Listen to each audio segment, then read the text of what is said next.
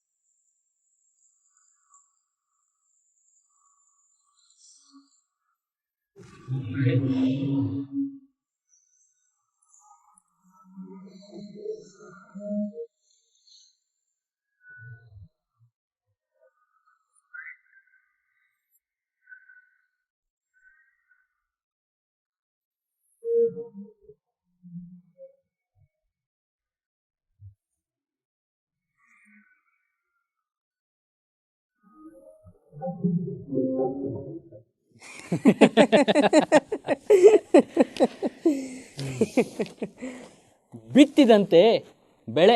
ಹೌದು, ಈ ಮಾತು ಇಂದಿನ ರಾಜಕೀಯಕ್ಕೆ ಸಂಪೂರ್ಣವಾಗಿ ಅನ್ವಯಿಸ್ತದೆ. ಯಥಾ ರಾಜ ತಥಾ ಪ್ರಜಾ. ಈ ಮಾತು ಅಷ್ಟೇ ಸಾರ್ಥಕವಾಗಿ ಅನ್ವಯಿಸ್ತದೆ. ರಾಜ ಸಂಧಿ ಸಾಧಕನಾದ ಮೇಲೆ ಪ್ರಜೆಗಳು ಅದೇ ಹಾದಿಯನ್ನು ಹಿಡಿದಿದ್ದಾರೆ ಅನ್ನಿ. ರಾಜ ತನ್ನ ಕುತಂತ್ರದಿಂದ, ಅದಕ್ಕೆ ರಾಜನೀತಿ ಅಂತ ಪ್ರತಿಷ್ಠಿತ ಶಬ್ದ ಇದೆ. ಕುಟಿಲ ರಾಜನೀತಿಯಿಂದ ಸಾಮ್ರಾಜ್ಯದ ಗದ್ದುಗೆಯನ್ನೇ ಕಬಳಿಸ್ಬಿಟ್ಟ. ಅವನ ಮೆಚ್ಚುಗೆ ಹಸ್ತಕ ಬಸವಣ್ಣ ದಣ್ಣಾಯಕ ಅನ್ನಿ. ಎಲ್ಲರೂ ಸಂಧಿ ಸಾಧಕರೇ. ಈ ಬಸವಣ್ಣ ಮಾವನ ಹಿಂದೆ ಮಂತ್ರಿ ಪದವನ್ನು ಕಬಳಿಸಿದವ. ಪಕ್ಷಪಾತ. ಆದರೆ ಈ ರೀತಿಯ ಪಕ್ಷಪಾತದಿಂದ ವೈರಿಗಳು ಹುಟ್ಕೋತಾರೆ ಅನ್ನೋದನ್ನ ಈ ಜನ ಮರಿತಿದ್ದಾರೆ. ಅದು ಸ್ವಾರ್ಥದ ಪ್ರತಿಫಲ. ಆದರೆ ಈಗೀಗ ಈ ಬಸವನ ವಿರುದ್ಧ ಎಷ್ಟೋ ಜನ ಒಳಗೊಳಗೆ ಉರಿತಿದ್ದಾರೆ. ಆ ಸೊಡ್ಡಳ ಬಾಚರಸನ್ನ ತನ್ನ ಬುಟ್ಟಿ ಹಾಕ್ಕೊಂಡ ಮಾತ್ರಕ್ಕೆ ದಣ್ಣಾಯಕ ಆಸೆ ಪಡುವವರು ಸುಮ್ಮನೆ ಇರುವರೆ. ಮಂಚಣ್ಣವರಂತೂ ಈ ಬಸವಣ್ಣನನ್ನ ದ್ರೋಹಿ ಎಂದು ತೋರಿಸಿಕೊಡಲು ಕಟ್ಟೆಚ್ಚರದಿಂದ ಕಾಯ್ತಿದ್ದಾರೆ. ಅರಸ ಸಂಧಿ ಸಾಧಕ, ಮಂತ್ರಿ ಸಂಧಿ ಸಾಧಕ ಅಂದರೆ ಈ ಪ್ರಜೆಗಳೇನೋ ಅವರು ಸಂಧಿ ಸಾಧಕರೇ. ಅಂತೆಯೇ ಈ ಮಹಾಮನೆ ಸೇರಿ ಜನಗಳೆಲ್ಲ ಪುಕ್ಕಟ್ಟೆ ತಿನ್ನೋದು, ಬಸವಣ್ಣನ ಸ್ತೋತ್ರ ಮಾಡೋದು, ಹೊಲೆಯ ಮಾದಿಗರಾದ ಕೀಳು ಜಾತಿ ಜನರೆಲ್ಲ ಮೇಲೆ ಬರೋಕೆ ಕಾಯೋದು ನಡೀತಿದೆ. ಆದರೂ ಬಸವಣ್ಣನಿಂದೇನು ರಾಜ್ಯಕ್ಕೆ ಅಪಾಯವಿಲ್ಲ, ಧರ್ಮಕ್ಕೂ ಇಲ್ಲ. ಅದು ಹೇಗೆ ಧರ್ಮಕ್ಕೂ ಇಲ್ಲ ಅಂತ ಹೇಳ್ತೀರಾ? ಇವನೇನು ಹೊಸ ಧರ್ಮ ಹುಟ್ಟು ಹಾಕಿಲ್ಲ, ಅಥವಾ ಯಾವುದೋ ಧರ್ಮಪೀಠವನ್ನು ಮಠವನ್ನು ತನ್ನ ವಶಕ್ಕೆ ಪಡೆದುಕೊಂಡು ತನ್ನ ಆಜ್ಞೆಂದು ಯಾವ ಹೊಲೆ ಮಾದಿಗರಿಗೂ ದೀಕ್ಷೆ ಕೊಡಿಸ್ತಾ ಇಲ್ಲ. ಆದರೆ ತನ್ಮನೆಯಲ್ಲಿ ತಾನೇ ಲಿಂಗ ಕಟ್ಟಿ ಎಲ್ರಿಗೂ ದೀಕ್ಷೆ ಕೊಡ್ತಿದ್ದಾನಲ್ಲ. ಅದರಿಂದ ಏನಾಗಬೇಕು? ಅದಕ್ಕೆ ಯಾವ ಪೀಠ ಮಠ ಮಾನ್ಯತೆ ಕೊಡುತ್ತದೆ? ಹಾಗಾದರೆ ಧರ್ಮಕ್ಕೇನು ಚ್ಯುತಿ ಇಲ್ಲ ಅಂತೀರಾ? ಹಾಗೇ ನನ್ನ ನಂಬಿಕೆ. ರಾಜ್ಯದ ವಿಚಾರವೂ ಅಷ್ಟೇ. ಬಸವಣ್ಣ ಮೂಗಿನ ನೇರಕ್ಕೆ ಮಾತನಾಡೋ ಸದಾಚಾರಿ. ಆತನಿಗೆ ರಾಜಕೀಯ ಮಹತ್ವಾಕಾಂಕ್ಷೆ ಇಲ್ಲ. ಹಾಗಿದ್ದಿದ್ರೆ ಗುಪ್ತವಾಗಿ ಸೈನ್ಯ ಬಲ ಕೊಟ್ಟುತ್ತಿದ್ದ. ಓಲಗದಲ್ಲಿ ತನ್ನ ಪರ ಮಾತನಾಡುವವರನ್ನು ಗುಂಪುಗೂಡಿಸ್ತಿದ್ದ. ನೀವು ಹೇಳೋದೇನೋ ಸರಿ. ಒಂದು ವೇಳೆ ಈ ಶರಣರೇ ಸೈನಿಕರಾದರೆ? ಸಾಧ್ಯವಿಲ್ಲ. ಸೈನ್ಯದ ಖರ್ಚು ಬೇಡವೆಂದು ತನ್ನ ಕೋಟೆ ಕಾಯಲು ಒಬ್ಬ ರಾಜ ನಾಯಿಗಳನ್ನು ಸಾಕಿದ್ನಂತೆ. ಆ ನಾಯಿಗಳು ಕೋಟೆ ಕಾಯುವವು ಎಂದ್ಕೊಂಡಿದ್ದ. ಆದರೆ ಮುತ್ತಿಗೆ ಹಾಕಿದ ವೈರಿ ಮೊದಲು ಆ ನಾಯಿಗಳಿಗೆ ತಿಂಡಿ ತುಣುಕು ಚೆಲ್ಲಿದ. ಅವು ತಿನ್ನಲು ಮೂಕುರಿದವು. ವೈರಿ ಒಳವಕ್ಕ. ಹಾಗೆ ಈ ಲೆಕ್ಕ. ಆದರೂ ಈ ಮಂಚಣ್ಣವರು ಆತ ಸೈನ್ಯವನ್ನೇ ಕಟ್ಟುತ್ತಿದ್ದಾನೆ ಎಂದು ಬತಾವಣೆ ಮಾಡಿದ್ದಾರಲ್ಲ. ಅನ್ನಲೇಬೇಕು. ಇಲ್ಲದೆ ಹೋದರೆ ಬಸವಣ್ಣನ ಮೇಲೆ ಪ್ರಭಾವ ಹೇಗೆ ಕಡಿಮೆ ಆಗುವುದು? ಮತ್ತು ಮಠ ಮಾನ್ಯರನ್ನು ಕಂಡು ಆತ ಧರ್ಮವನ್ನು ತಲೆ ಕೆಳಗೆ ಮಾಡುತ್ತಿದ್ದಾನೆ ಅಂತ ಅವರವರೇ ಮಾತಾಡ್ಕೋತಿದ್ದಾರಲ್ಲ. ಅದೂ ಯೋಗ್ಯವೇ. ಇಲ್ಲದೆ ಹೋದರೆ ಜನರು ಬಸವಣ್ಣನ ಮೇಲೆ ಸಂಶಯ ತಾಳೋದು ಹೇಗೆ? ಅಂದರೆ ಬಸವಣ್ಣನ ಕೆಲಸದಲ್ಲಿ ರಾಜನೂ ಸಂಶಯ ತಾಳಬೇಕು, ಧರ್ಮಪೀಠದವರು ಸಂಶಯ ತಾಳಬೇಕು ಅಂತಾನ? ಅಂದರೆ ಪ್ರಜೆಗಳು ಅವನನ್ನು ಸಂಶಯದಿಂದ ನೋಡಲು ಪ್ರಾರಂಭಿಸ್ಯಾರು. ಆಮೇಲೆ ಅವನಿಗೆ ಯಾರದೇ ಸಹಾನುಭೂತಿ ಸಿಗಲಾರ್ದು ಕೂಳಿಗಾಗಿ ಬಂದು ಬಿದ್ದಿರುವ ಈ ಶರಣರು ಈ ಮರ ಗೊಡ್ಡ ಐತೆಂದು ಬೇರೆ ಮರ ಹುಡುಕ್ಲಿಕ್ಕೆ ಹಕ್ಕಿಗಳು ಹೋಗುವಂತೆ ಹೋಗ್ಬೋದು. ಸರಿಯಾಗಿ ಹೇಳಿದ್ರಿ. ಹೇ ಬನ್ನಿ ಬನ್ನಿ, ಈ ಕಡೆ ಬನ್ನಿ, ಈ ಕಡೆ. ಅಗೋ, ಮಠಾಧೀಶರು ಈ ಕಡೆನೆ ಬರ್ತಿದ್ದಾರೆ. ನಾವು ಸ್ವಲ್ಪ ಮರೆಯಾಗೋಣ, ಅವರ ವಿಚಾರವನ್ನು ತಿಳ್ಕೊಂಡು ಆಮೇಲೆ ಅವ್ರ ಕಾಲ್ಗಟ್ಬಿಡೋಣ. ನಡಿ ನಡೀರಿ, ಬನ್ನಿ ಬನ್ನಿ ಬನ್ನಿ. ಶ್ರೀ ಶ್ರೀ ಶ್ರೀ ಶ್ರೀ ಪೂಜ್ಯ ಶ್ರೀಗಣಗಳು ಆಗಮಿಸುತ್ತಾರೆ. ಶ್ರೀ ಶ್ರೀ ಶ್ರೀ ಶ್ರೀ ಪೂಜ್ಯ ಶ್ರೀಗಣಗಳು ಆಗಮಿಸುತ್ತಿದ್ದಾರೆ.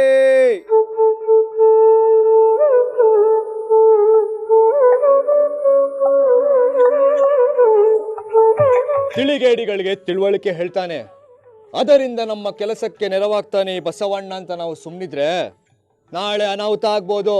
ಹೌದು, ನಮ್ಮ ಪ್ರವಚನಗಳಿಗೆ ಬರುವವರಿಗಿಂತ ಈ ಬಸವಣ್ಣನ ಮನೆಗೆ ಅವನ ಶರಣರ ವಚನ ಚರ್ಚೆ ಕೇಳಲಿಕ್ಕೆ ಹೆಚ್ಚು ಜನ ಹೋಗ್ತಿದ್ದಾರಂತೆ. ಹೀಗಾದರೆ ನಮ್ಮ ಮಠಗಳ ಆದಾಯಕ್ಕೆ ಅಪಾಯ ತಪ್ಪಿದ್ದಲ್ಲ. ಭಕ್ತಾದಿಗಳೇ ಮಠಗಳ ಆದಾಯ ಕ್ಷೇತ್ರ, ಅವರ ಭಕ್ತಿ ಶ್ರದ್ಧೆಗಳೇ ನಮ್ಮ ಆದಾಯ ಸ್ತೋತ್ರ. ಬಸವಣ್ಣನೇನೋ ಜನರಿಗೆ ದುರ್ಬೋಧನೆ ಮಾಡುವುದಿಲ್ಲ, ನಮ್ಮ ವಿರುದ್ಧ ಪ್ರಚಾರವೂ ಮಾಡುವುದಿಲ್ಲ. ಆದರೂ ಅವನ ಕೆಲಸ ದೂರಗಾಮಿಯಾಗಿ ನಮ್ಮ ಸಂಸ್ಥೆಗೆ ಆತಂಕ ತರುವುದು ಸುಳ್ಳಲ್ಲ. ಅಂದರೆ ಅವನ ಮುಳ್ಳನ್ನ ಹೇಗೆ ಕಿತ್ತೊಗೆಯಬೇಕು ಅನ್ನೋದು ಗಂಭೀರ ಪ್ರಶ್ನೆ. ಅದು ಹೇಗೆ? ಅಯ್ಯ ಬಸವಣ್ಣ, ನಿನ್ನನ್ನು ರಾಜನು ಮಂತ್ರಿಯನ್ನಾಗಿ ಮಾಡಿದ್ದು ಯಾಕೆ? ಜನಹಿತ ಕಾರ್ಯಕ್ಕಾಗಿ ಅಂತ ಹೇಳ್ತಾನೆ. ಹಾಗಾದರೆ ನಮ್ಮ ಮಠಗಳಿರುವುದು ಯಾತಕ್ಕಾಗಿ? ಜನರ ಮನಸ್ಸಿಗೆ ಆಧ್ಯಾತ್ಮ ಸಿಂಚನೆ ಮಾಡಲಿಕ್ಕೆ. ಅದು ಜನಹಿತ ಕಾರ್ಯ ಅಲ್ವೇ? ಅಲ್ಲ ಅಂತ ಹೇಗೆ ಹೇಳ್ತಾನೆ? ಅಂದಾಗೆ ಅವನು ನಮ್ಮ ಕೆಲಸ ನಮಗೆ ಬಿಟ್ಟು ನೀವು ಜನಹಿತರದ ಬೇರೆ ಕೆಲಸ ಹುಡುಕಿಕೋ ಅಂದರೆ ಅದು ಹೇಗೆ? ಈ ವಿಚಾರ ಯೋಗ್ಯವಾಗಿದೆ. ನಾವು ಮೊದಲು ಅವನನ್ನೇ ಪ್ರಶ್ನಿಸೋಣ. ಅವನಿಂದ ಸರಿಯಾಗಿ ಉತ್ತರ ಸಿಗದಿದ್ರೆ ಅಥವಾ ನಮ್ಮ ಸಮಸ್ಯೆ ಪರಿಹಾರವಾಗದಿದ್ರೆ ಆಮೇಲೆ ರಾಜನ ಕಡೆಗೆ ಹೋಗೋಣ. ಅದೂ ಸರಿಯೇ.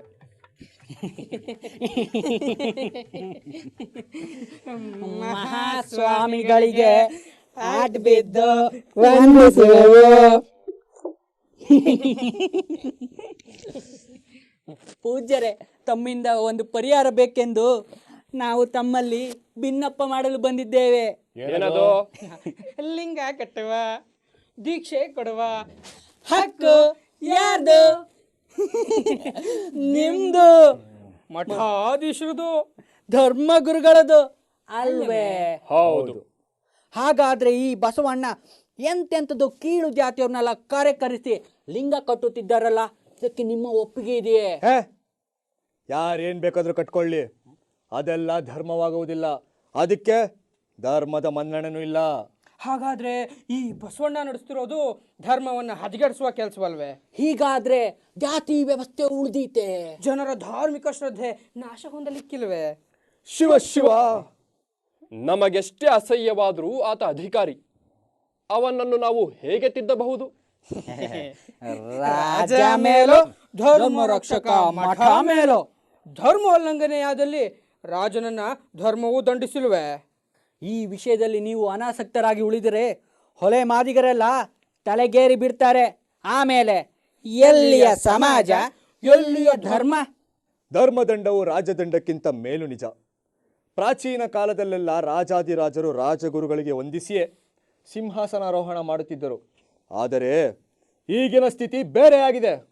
ಹೇಗೆ ಇರಲಿ, ಈಗಿನ ರೀತಿಯಲ್ಲೇ ಈಗಿನ ಸಮಸ್ಯೆ ಪರಿಹರಿಸಿಕೊಳ್ಳಬೇಕು. ಉಪಾಯವಿಲ್ಲ. ಕಾಲಾಯ ತಸ್ಮೈ ನಮಃ. ನಮ್ಗೇನು ಬಸವಣ್ಣರ ಮೇಲೆ ದ್ವೇಷ ಇಲ್ಲ. ಅವರ ಉತ್ಕರ್ಷ ನೋಡಿ ಹೊಟ್ಟೆ ಉರಿಯೂ ಇಲ್ಲ. ಬಸವಣ್ಣವರು ಒಳ್ಳೆಯವರೇ, ವಿನಯಶೀಲರು, ನಿರ್ವ್ಯಸನಿಗಳು, ದಯಾಳುಗಳು. ಆದ್ರೆ ರಾಜಕಾರ್ಯದಲ್ಲಿರುವವರು ಸ್ವಲ್ಪ ಗಟ್ಟಿಯಾಗಿರ್ಬೇಕಾಗುವುದು. ಇವ್ರ ವಿನಯ ತುಸು ಜಾಸ್ತಿ ಆದಂತಿದೆ, ಇವ್ರ ದಯೆ ಸ್ವಲ್ಪ ಹೆಚ್ಚಾದಂತಿದೆ. ಸ್ವಲ್ಪವಾದ್ರೂ ಬಿಗುವಿನಿಂದ ಇರ್ದಿದ್ರೆ ರಾಜ ಮರ್ಯಾದೆಗೆ ಏನು ಉಳಿತಿದೆ? ಹಾಗಿದ್ದರೆ ಇದರ ಬಗ್ಗೆ ನೀವೇ ರಾಜರಿಗೆ ಸಲಹೆ ನೀಡಬಹುದಲ್ಲ? ನಿಮ್ಮ ಪರವಾಗಿ ನಾವು ಮಠಾಧೀಶರು ರಾಜನಿಗೆ ಹೇಳಲಿಕ್ಕೆ ಬರುವುದು ಸರಿಯಾಗುವುದಿಲ್ಲ. ಬುದ್ಧಿ, ನೀವೇನು ಹೇಳಕ್ ಬರೋದು ಬೇಡ.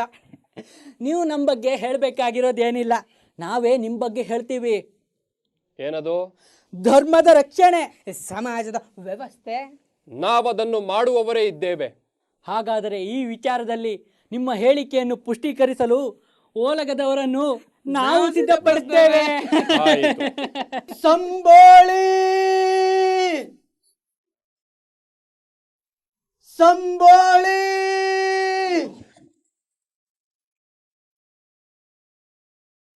ಸಂಬೋಳಿ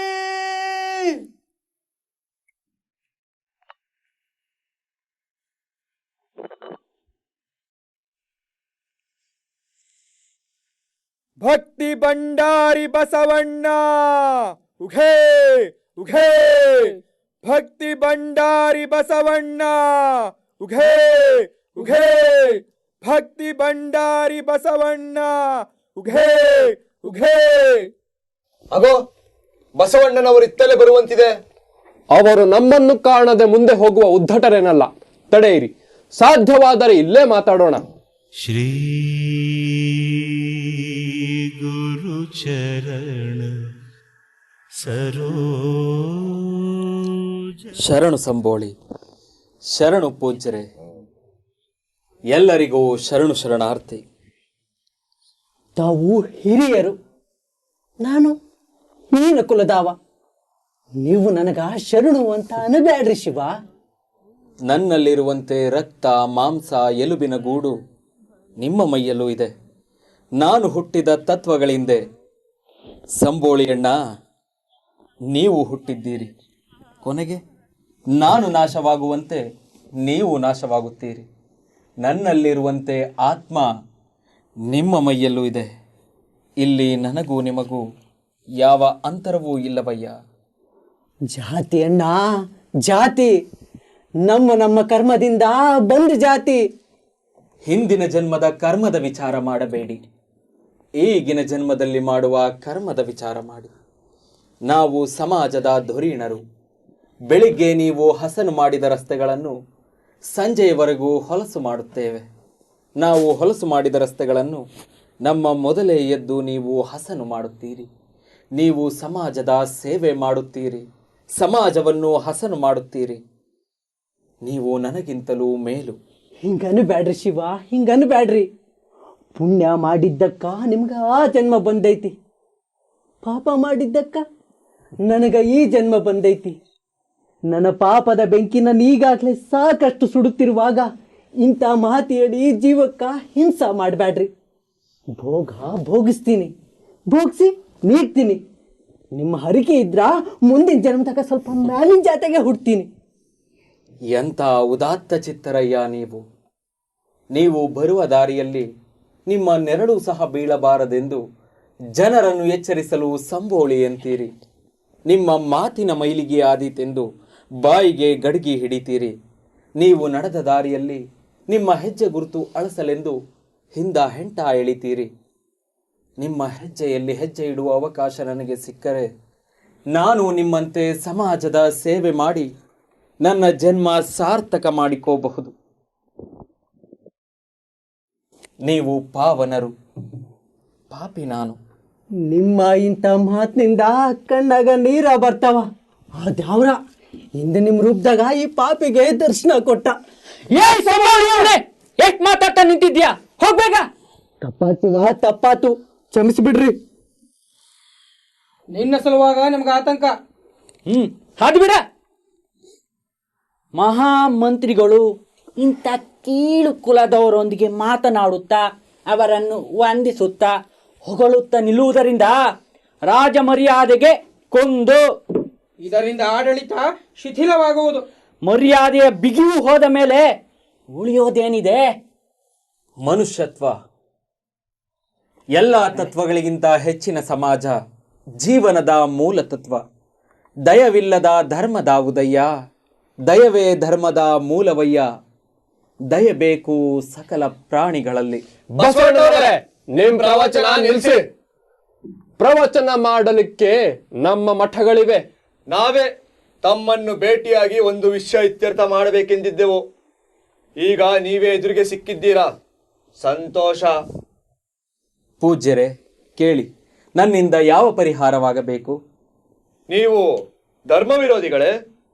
ಅಯ್ಯೋ ಶಿವ ಶಿವ, ನಾನು ಯಾರನ್ನೂ ಏನನ್ನೂ ವಿರೋಧಿಸುವುದಿಲ್ಲ. ನನ್ನ ತಿಳುವಳಿಕೆಯಂತೆ ನಾನು ನಡೆಯುತ್ತೇನೆ. ಎಲ್ಲರಲ್ಲೂ ಎಲ್ಲದರಲ್ಲೂ ನಮ್ರ ಭಾವದಿಂದ ವರ್ತಿಸುತ್ತೇನೆ. ವಿರೋಧ, ಘರ್ಷಣೆಗಳಂತಹ ವಿಚಾರಗಳು ನನ್ನ ಬಳಿಯಲ್ಲೂ ಸುಳಿಯದಂತೆ ನನ್ನ ಚಿತ್ತವನ್ನು ನಿರ್ಮಲವಾಗಿಡೆಂದು ಕೂಡಲ ಸಂಗಮನಲ್ಲಿ ಸದಾ ಬೇಡಿಕೊಳ್ಳುತ್ತೇನೆ. ತಾವು ಹೊಸ ಧರ್ಮ ಸ್ಥಾಪಿಸ ಹೊರಟಿದ್ದೀರಾ? ಇಲ್ಲವಲ್ಲ, ಧರ್ಮವನ್ನು ಸ್ಥಾಪಿಸುವ ಮಹಂತ ನಾನಲ್ಲ. ಶಿವಭಕ್ತರ ತೊತ್ತಿನ ಪಡಿದೊತ್ತಿನ ಮಗ ನಾನು. ಹಾಗಾದರೆ ಈ ಜನರಿಗೆಲ್ಲ ಲಿಂಗ ಕಟ್ಟುತ್ತಿರುವುದೇಕೆ? ಇದು ಪ್ರಚನ್ನ ವಿರೋಧವಲ್ಲವೇ? ತಪ್ಪು ತಿಳಿಯಬೇಡಿ ಪೂಜ್ಯರೇ. ವಿರೋಧಿಸುವುದೇ ನನಗೆ ಬೇಕಿದ್ದರೆ ನಾನು ಯಾವುದಾದರೂ ಧರ್ಮವನ್ನು ನಿಂದಿಸುತ್ತಿದ್ದೆ. ಧರ್ಮದ್ರಷ್ಟಾರರು ಪ್ರಾಚೀನ ಕಾಲದಿಂದೇ ತೆರೆದಿಟ್ಟಿರುವ ಮುಕ್ತಿ ಮಾರ್ಗದಲ್ಲಿ ನಡೆಯರೆಂದು ಶರಣರಿಗೆ ನಾನು ಹೇಳುವೆ. ಬಹಿರಂಗಕ್ಕಿಂತ ಅಂತರಂಗ ಶುದ್ಧಿಗೆ ಹೆಚ್ಚು ಮಹತ್ವ ಕೊಡಿರೆಂದು ಹೇಳುವೆ. ಮಂದಿರಗಳಲ್ಲಿ ಪ್ರವೇಶವಿಲ್ಲದವರು ಅದಕ್ಕಾಗಿ ಕಾಯುವುದು ಬೇಡ. ಆಧ್ಯಾತ್ಮ ಸಾಧನೆಗೆ ಅವಕಾಶವಿಲ್ಲವೆಂದು ಕೊರಗುವುದು ಬೇಡ. ಆತ್ಮೋನ್ನತಿಯ ಮಾರ್ಗ ಎಲ್ಲರಿಗೂ ಮುಕ್ತವಾಗಿದೆ ಎಂದು ಪ್ರಾಚೀನರು ಹೇಳಿದ್ದನ್ನೇ ನಾನು ಹೇಳಿರುವೆ. ಪೂಜೆಗೆಂದು ಗುಡಿಗೇಕೆ ಹೋಗಬೇಕೆಂದು ಲಿಂಗವತರಿಸುವೆ. ಆಧ್ಯಾತ್ಮ ಸಾಧನೆಗೆ ಅವಕಾಶವಿಲ್ಲವೆಂದು ಕೊರಗುವವರಿಗೆ ನನ್ನ ಮನೆಯಲ್ಲೇ ಸೇರಿ ಚಿಂತನ ಮಂಥನ ಮಾಡಲು ಹೇಳುವೆ. ಈಗಿರುವ ಶೈವ ಪಂಥಗಳಲ್ಲಿ ನಿಮ್ಮದು ಯಾವ ಪಂಥ? ಅಥವಾ ಅವನ್ನೆಲ್ಲ ಧಿಕ್ಕರಿಸುವ ಹೊಸ ಪಂಥವೋ? ಇಲ್ಲ, ಯಾವ ಪಂಥದಲ್ಲೂ ಕೈ ಹಾಕಲು, ವ್ಯವಸ್ಥೆಯನ್ನು ಕಲಕಲು ನನಗಿಷ್ಟವಿಲ್ಲ. ಅದಕ್ಕೆ ಅವರವರು ತಮ್ಮ ತಮ್ಮ ಮನಸ್ಸಿನ ಏಕಾಗ್ರತೆಗೆ ಲಿಂಗವನ್ನು ಅಂಗದ ಮೇಲೆ ಧರಿಸಿ ಭಕ್ತಿಯ ಪರವಶರಾದರೆ ಯಾವ ಧರ್ಮವನ್ನು ಉಲ್ಲಂಘಿಸಬೇಕಿಲ್ಲ, ಯಾವ ಕಟ್ಟಳೆಯನ್ನು ಮುರಿಯಬೇಕಿಲ್ಲ. ಈ ನಿಮ್ಮ ಬೋಧನೆಗೆ ಧರ್ಮಶಾಸ್ತ್ರಾಧಾರ? ಏಕಂ ಸತ್ ವಿಪ್ರಹ ಬಹುಧಾ ವದಂತಿ ಎಂದು ಋಗ್ವೇದವೇ ಸಾರಿದೆ. ಅಂದರೆ ದೇವನೊಬ್ಬ, ನಾಮ ಹಲವು ಎಂದು ಏಕಂ ಸತ್ ವಿಪ್ರಹ ಬಹುಧಾ ವದಂತಿ ಎಂದು ಋಗ್ವೇದವೇ ಸಾರಿದೆ. ಅಂದರೆ ದೇವನೊಬ್ಬ, ನಾಮ ಹಲವು ಎಂಬ ವಿಚಾರ ಹೊಸದಲ್ಲ.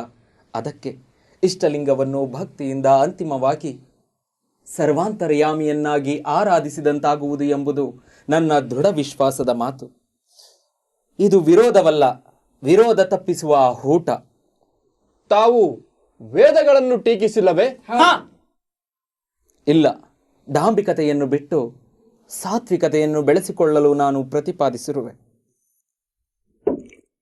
ಹಾಗಾದರೆ ಈ ಕುರಿತು ರಾಜರನ್ನು ತಮ್ಮನ್ನು ಪ್ರಶ್ನಿಸಿದರೆ ಇಷ್ಟೇ ಧೈರ್ಯವಾಗಿ ಉತ್ತರಿಸಬಲ್ಲಿರಾ? ಕೂಡಲ ಸಂಗಮ ದೇವನುಳ್ಳನ್ನಕ್ಕ ಬಿಜ್ಜಳನ ಭಯವೆನಗೆ ಕಯ್ಯ. ಹಾಗಾದರೆ ಇನ್ನು ಮುಂದಿನ ಮಾತುಕತೆ ರಾಜ ಸನ್ನಿಧಿಯಲ್ಲೇ ನಡೆಯಲಿ.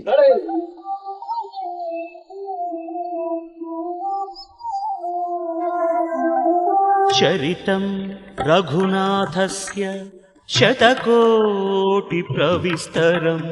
ಭವಿ ಬಿಜ್ಜಳನ ಗದ್ದುಗೆಯ ಕೆಳಗೆ ಕೊಳ್ಳಿರ್ತು ಓಲೈಸಿಹನೆಂದು ನುಡಿವರಯ್ಯ ಪ್ರಮಥರು. ಅದು ಅವರು ಮಾಡಿಕೊಂಡ ಪಾರ್ಥ, ಇವರು ಮಾಡಿಕೊಂಡ ಪಾರ್ಥ. ಇದು ಆನೆ ಅಂಕುಶಕ್ಕಂಜುವುದೇ, ಸಿಂಹದ ನಖವೆಂದಂಜುವುದಲ್ಲದೆ ಆನು ಬಿಜ್ಜಳಂಗಂಜುವನೆ. ನಾನೊಬ್ಬ ಶಿವಕಿಂಕರ. ಈ ರಾಜ್ಯ ಅಧಿಕಾರಗಳ ಲೋಭವೆನಗಿಲ್ಲವೆಂದು ಇವರಿಗೆ ಹೇಗೆ ತಿಳಿಸಲಿ?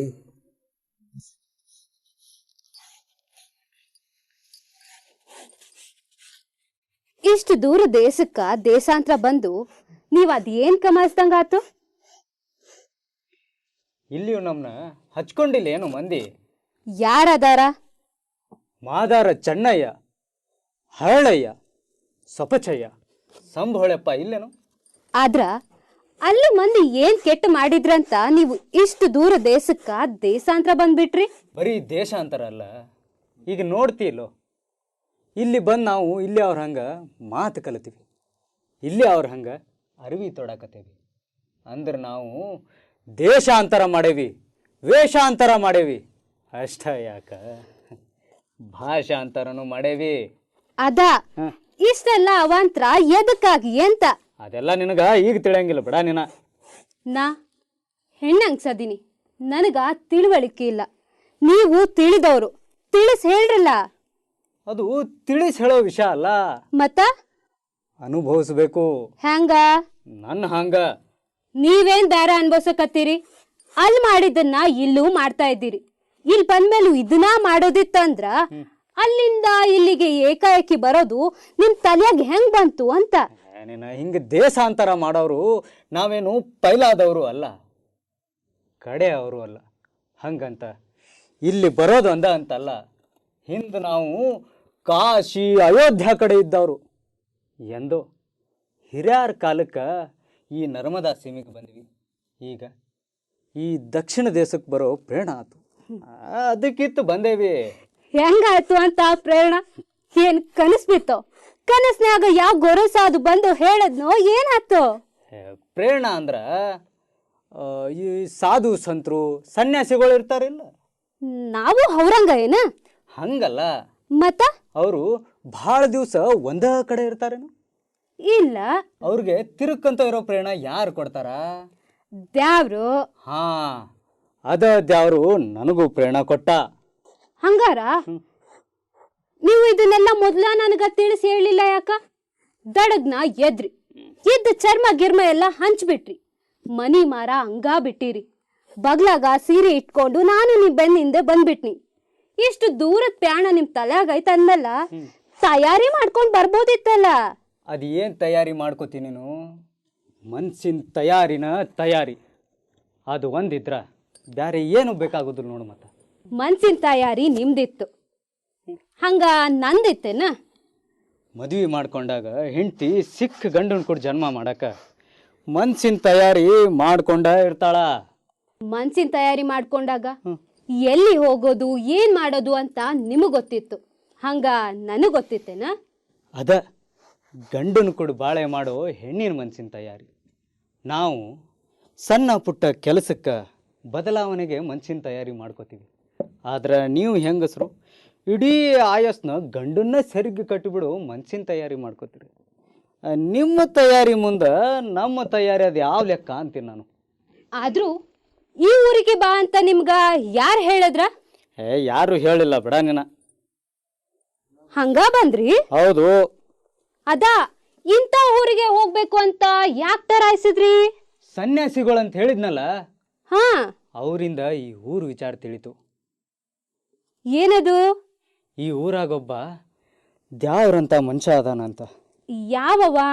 ಒಮ್ಮೆ ಅವಕಾಶ ಬರ್ಲಿ ತೋರಿಸ್ತೀನಿ ನಿನಗ. ಅವನ ಹೆಸರೇನ? ಒಮ್ಮೆ ಮನೆಗೆ ಕರೆಸ್ತೇನೆ ತಗೋರ. ಯಾವವ? ಅವನ ಹೆಸರೇನ? ಅಮ್ಮ ಇವ ಅಂತ ಅಣಬಾರ್ದ. ಮತ್ತ ಈ ರಾಜ್ಯದ ಡನಾಯಕ ಮಂತ್ರಿ ಅದಾರವರು. ಅಂದ್ರ ಅವ್ರು ಹೇಳ್ದಂಗ ಇಡೀ ಸೈನ್ಯನ ಕೇಳ್ತತಿ, ಅವ್ರು ಹೇಳ್ದಂಗ ಇಡೀ ರಾಜ್ಯನ ಕೇಳ್ತತಿ. ಮತ್ತ ರಾಜ ಏನ್ ಮಾಡ್ತಾನ?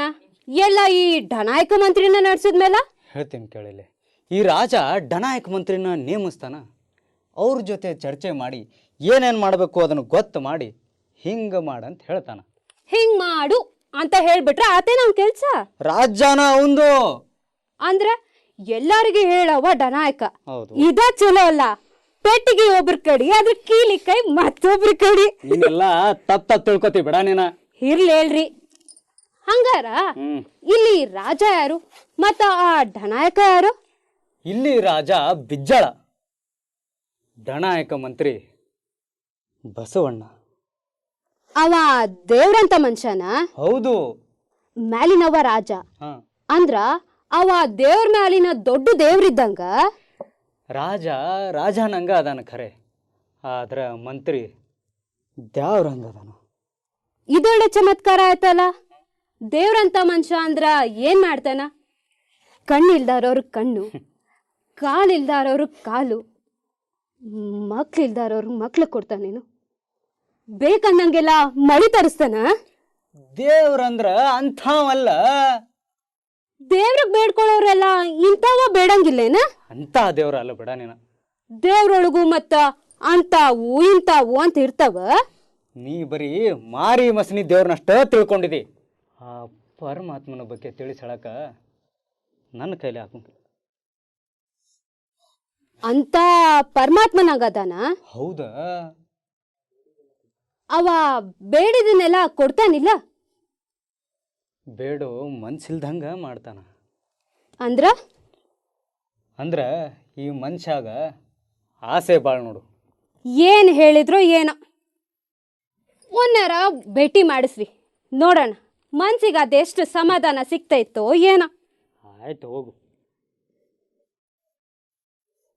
ಲೇ ಲೇ ಭಲೆ ಪುಣ್ಯವಂತದಿಲ್ಲ ನೀನು.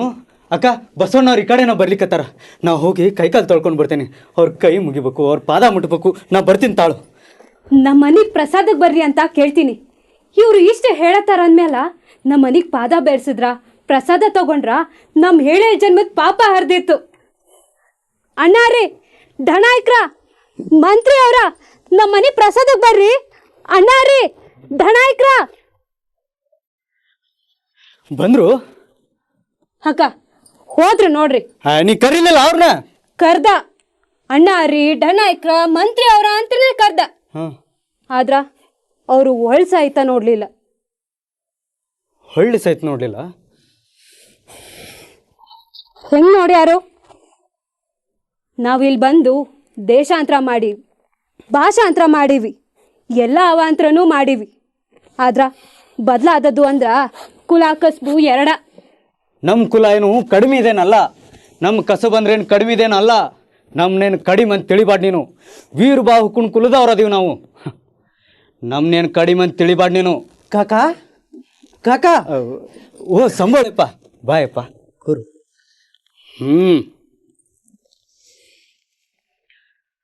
ಕುಂದ್ರು. ಕಾಕಾ, ಹಾಂ, ಇಂದು ಎದ್ದುಗಳಿಗೆ ನಿಮ್ಮಿಬ್ಬರದು ಮಾರಿ ನೋಡಿದ್ದೆ. ಅದಕ್ಕೆ ನಿನ್ನ ಕೆಲಸನೂ ಕೆಟ್ಟಿರ್ಬೇಕಲ್ಲ.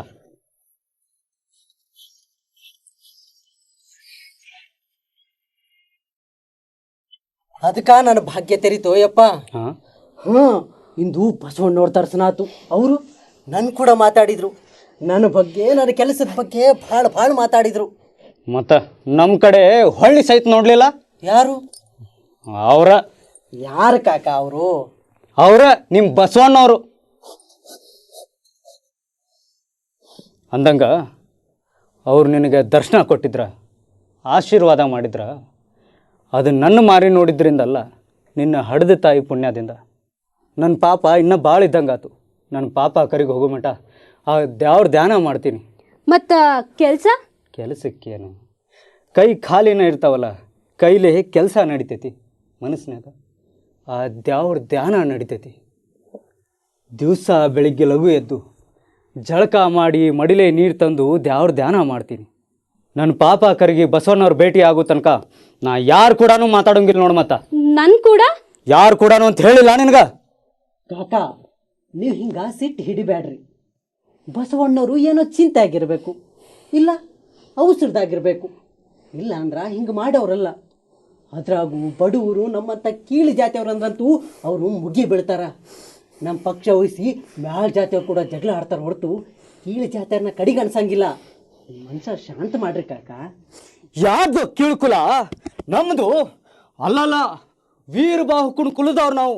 ಈ ತಿಳಿ ಬಣ್ಣ ತುಸ ತಿಳಿವಿನ ಜನ ಬಂದು ನಮ್ಮನ್ನ ತೊಳೆದ್ರು, ಬದುಕಿದ್ರು. ನಮ್ಮ ಮಾನ ಹೋಗಿ ಹೀನ ಆದ್ವಿ. ಅಂಬೋಳೆಪ್ಪ, ಹುಲಿ ಮುಪ್ಪಾದರೂ ಹುಲ್ಲು ಮೇಯಂಗಿಲ್ಲ ನೋಡು. ಹೌದು ಕಾಕಾ, ಬಿರುಗಾಳಿಗೆ ಮರ ಬೀಳ್ತಾವ, ಹುಲ್ಲ ಉಳಿತೈತಿ. ಗಾಳಿ ಸರದ ಮ್ಯಾಲ ಮತ್ತೆ ತಲೆ ಎತ್ತಿ ನಿರ್ತೈತಿ. ಆದ್ರೆ ನಮ್ಮ ಕೀಳು ಕಸಬ್ನಿಂದ ತಗಲಿರೋ ಈ ನಮ್ಮ ಕೀಳುತನ ಹೋಗ್ಲಾರ್ದು ನೋಡು. ಇನ್ನು ನಾ ಬಸವಣ್ಣನ ಭೇಟಿ ಆಗೋಲ್ಲ ಯಪ್ಪ. ಆ ದೇವ್ರ ಮನುಷ್ಯ ಬಸವಣ್ಣ ಇದ್ರ ಅವನ ಬಂದು ಭೇಟಿ ಆಗಲಿ. ನನ್ನ ಯೋಗ್ಯತೆ ಏನನ್ನೋದು ಪರೀಕ್ಷೆ ಆಗೇ ಹೋಗಲಿ. ನಿಜವಾಗ್ಲೂ ಗಟ್ಟಿತನ ಇದ್ರ ನಾನು ಗೆಲ್ತೇನೆ, ಕೀಳುತನ ಇದ್ರ ನಾನು ಸೋಲ್ತೇನೆ. ಆದರೂ ಬಸವಣ್ಣವರು ಅಂಥವ್ರಲ್ಲ ಕಾಕಾ. ನೀವು ಹಿಂಗೆ ಸಿಟ್ಟು ಹಿಡಿಬ್ಯಾಡ್ರಿ. ಇನ್ನೊಮ್ಮೆ ವಿಚಾರ ಮಾಡಿ ನೋಡ್ರಿ. ನನಗೆ ಬಸವಣ್ಣನ ಮೇಲೆ ಸಿಟ್ಟಿಲ್ಲೋ ಯಪ್ಪ. ನಂಗೆ ನನ್ನ ಮೇಲೆ ಸಿಟ್ಟು, ನನ್ನ ದ್ಯಾವ್ರ ಮೇಲೆ ಸಿಟ್ಟು, ನನ್ನ ಈ ಕೀಳು ಕುಲದ ಮೇಲೆ ಸಿಟ್ಟು. ಸಂಭಾಳಪ್ಪ, ಇದು ತಂದೆ ಮಕ್ಕಳ ನಡುವಿನ ಯಾವ್ದು ಪ್ರಶ್ನೆ ಐತಿ. ಇದರಾಗ ನೀ ತಲೆ ಹಾಕಕ್ಕೆ ಹೋಗ್ಬೇಡ. ಹಂಗಾರ ಈ ಬಸವಣ್ಣರ ಮೇಲೆ ನಿಮಗೆ ಸಿಟ್ಟಿಲ್ಲಲ್ಲ? ಹೋಗ್ಲಿ ಹೇಳ್ರಿ, ಇಷ್ಟು ದೂರ ಬಂದಿರಿ, ಇಷ್ಟು ದಿನ ಕಾದಿರಿ. ಬರೀ ಕಾದಿಲ್ಲ, ಸುತ್ತ ಸುಳಿದಾಡೇನಿ, ನಿತ್ಯ ನೆನೆದೇನಿ. ಅವ್ರ ಬೋಧನ ಮಂದಿ ಬಾಯಾಗಿಂದ ಕೇಳಿ ತಿಳ್ಕೊಂಡೇನಿ. ಎದರ ಬದರ ಆಗಿಲ್ಲ ಅಷ್ಟ. ಅವ್ರ ಕಡೆ ಸೈ ಎಣಿಸ್ಕೊಂಡಿಲ್ಲ. ಸಂಬೋಳೆಪ್ಪ, ಇದು ತಂದೆ ಮಕ್ಕಳ ನಡುವಿನ ಯಾವ್ದು ಪ್ರಶ್ನೆ ಐತಿ, ಇದರಾಗ ನೀ ತಲೆ ಹಾಕಕ್ಕೆ ಹೋಗ್ಬೇಡ. ಹಂಗಾರ ಈ ಬಸವಣ್ಣನ ಮೇಲೆ ನಿಮ್ಗೆ ಸಿಟ್ಟಿಲ್ಲಲ್ಲ? ನಾನು ಆ ದೇವ್ರ ಮೇಲೆ ಆಣಿ ಹಾಕೇನಿ. ಆ ದೇವ್ರ ಮನುಷ್ಯ ಬಸವಣ್ಣ ಇದ್ರ ಬಂದು ನನ್ನ ಆಣಿ ಬಿಡಿಸ್ಲಿ, ಇದು ಅವಂಗ ಐತಿ.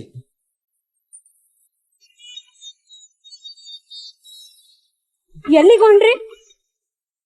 ಹಳ್ಳಕ್ಕೆ ಹೋಗಿ ಜಳಕ ಮಾಡಿ ಮಡಿಲೆ ನೀರು ತಂದು ದೇವ್ರ ಪೂಜೆ ಮಾಡ್ತೀನಿ. ತಡಿ ಕಾಕ, ನಾ ಬರ್ತೀನಿ. ಕಾಕ, ಮತ್ತೆ ಅಲ್ಲಿ ದೇಶಾಂತರಕ್ಕೆ ಹೊರಟಿದ್ರು ಅಂತ ಅಂಜಿದ್ನಿ. ಬಸವಣ್ಣ ಬಸವಣ್ಣ ಅಂತ ಬಡ್ಕೊಂಡ್ರಿ. ಆ ಬಸವಣ್ಣ ಕೈ ಮಾಡಿ ಕರೆದ್ರೂ ಕಣ್ಣಾಯಿಸ್ಲಿಲ್ಲ. ನಮ್ಮ ಹಿರಿಯರ ಭ್ರಾಂತಿ ಯಾವಾಗ ಹೋಗ್ತಾ ಇತ್ತೋ ಏನೋ. ದೇಶ ಬಿಟ್ಟು ದೇಶಕ್ಕೆ ಬಂದೀವಿ. ಹೋಗೇನಿ ನೋಡೇನಿ ಅಂದ್ರ ಹತ್ರ ದಾದಿಯಲ್ಲ. ಇಡೀ ಆಯಸ್ದಾಗ ಆಗೋ ಅಷ್ಟು ಒಮ್ಮೊಮ್ಮೆ ದೂರದ ಪ್ಯಾಣ ಐತಿ. ನಮ್ಮ ಹಿರಿಯರ ಭ್ರಾಂತಿ ಅದು ಯಾವಾಗ ಹೋಗ್ತಾ ಇತ್ತೋ ಏನು.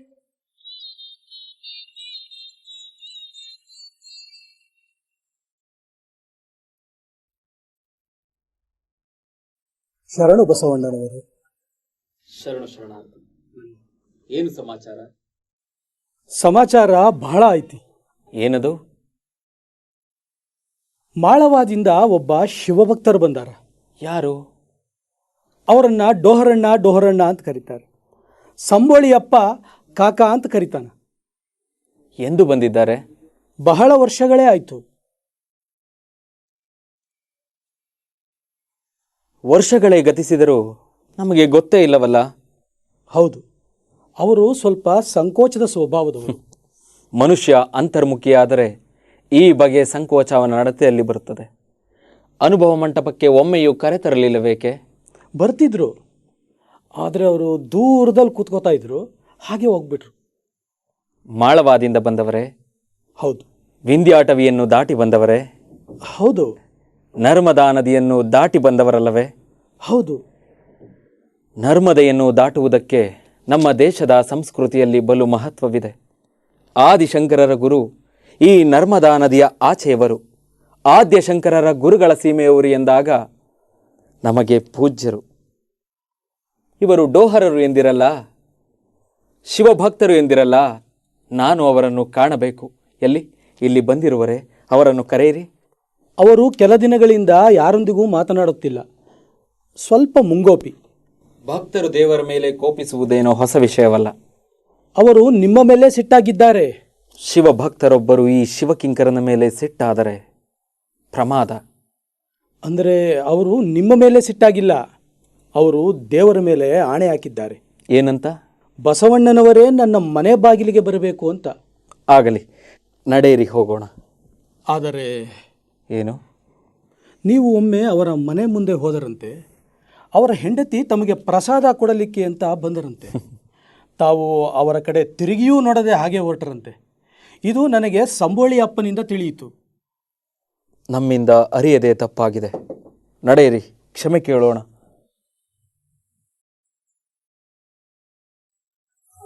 ಕಾಯಕ ಯೋಗಿಗಳಿಗೆ ಶಿವಕಿಂಕರ ಬಸವನ ಪ್ರಣಿಪಾತಗಳು.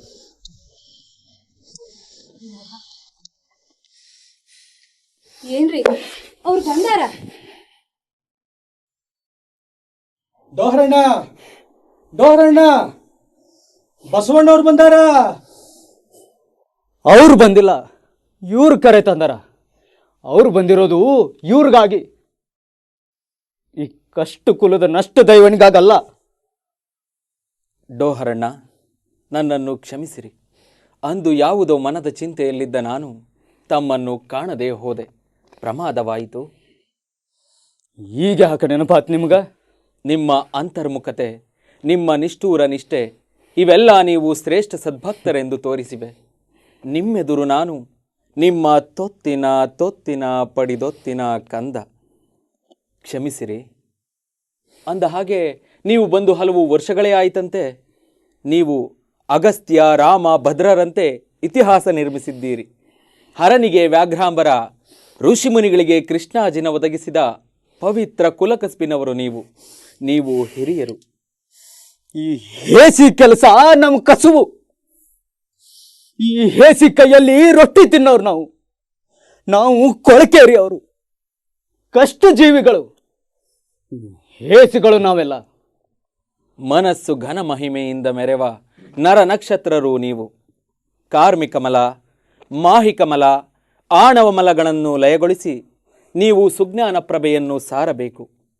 ನಮ್ಮ ಅನುಭವ ಮಂಟಪಕ್ಕೆ ಬಂದು ನಮ್ಮ ಅನುಭವ ಗಂಗೆಯಲ್ಲಿ ನಮ್ಮನ್ನು ಪಾವನಗೊಳಿಸಬೇಕು. ನಾನು ನಿಮ್ಮ ಅನುಭವ ಮಂಟಪಕ್ಕೆ ಬರ್ತಿರ್ತೇನೆ, ನಿಮ್ಮ ಚರ್ಚೆಗಳನ್ನು ಕೇಳುತ್ತಿರ್ತೇನೆ. ಹಿರಿಯರಾದ ಸ್ವಪಚಯ್ಯ ಚೆನ್ನೈಯರೊಂದಿಗೆ ಚರ್ಚೆ ಮಾಡ್ತೇನೆ. ಆದರೂ ನನ್ನ ದೇಶ, ವೇಷ, ಭಾಷೆ, ಕುಲ, ಕಸುವು ಇವೆಲ್ಲ ನಿಮಗೆ ದೂರ. ನೀವು ಶರಣ ಸಮೂಹವನ್ನು ಸೇರಬೇಕು. ವಚನಧಾರೆಗಳನ್ನು ಬಲಪಡಿಸಬೇಕು. ಬಸವಣ್ಣನವರೇ, ಏಕಲವ್ಯ ದ್ರೋಣರಿಂದ ಮರೆಗೆ ನಿಂತು ವಿದ್ಯೆ ಕಲಿತ. ಶಂಭುಕ ಮರೆಗೆ ನಿಂತು ತಪಸ್ ಮಾಡೋದ. ನಾನು ಅವರಂತೆ ಮರೆಗೆ ನಿಂತೇ ನಿಮ್ಮ ಅನುಭವ ಮಂಟಪದ ಪ್ರಯೋಜನವನ್ನು ಪಡೆದಿರುವೆ. ನೀವು ಮರೆಗೆ ನಿಂತಿಲ್ಲ, ನಾವು ನಿಮ್ಮ ಕಡೆ ಕಣ್ಣು ಹರಿಸಿಲ್ಲ ಅಷ್ಟೆ. ಇದು ನಮ್ಮ ಕತ್ತಲು, ನಮ್ಮ ಪ್ರಮಾದ, ನಿಮ್ಮದಲ್ಲ. ಆಸೆ ಆಮಿಷ ಒಳಿದು ಹುಸಿ ವಿಷಯಗಳೆಲ್ಲ ಹಿಂಗಿ ಸಂಶಯ ಸಂಬಂಧ ನಿಸ್ಸಂಬಂಧವಾಯಿತಯ್ಯ. ಎನ್ನ ಮನದೊಳಗೆ ಘನ ಪರಿಣಾಮವ ಕಂಡು ಮನ ಮಗ್ನವಾಯಿತಯ್ಯ. ಆಹಾ, ಅದ್ಭುತ. ಹೇಳಿರಿ, ನಿಂತಿರೇಕೆ? ಇದು ರಚನೆ, ಇದು ಅನುಭವವೇ? ಇದನ್ನ ವಚನವೆನ್ನುವಿರಾ? ಇದಕ್ಕೆ ಎರಡು ಮಾತೇ ಇಲ್ಲ. ಧನ್ಯನಾದೆ, ಧನ್ಯನಾದೆ.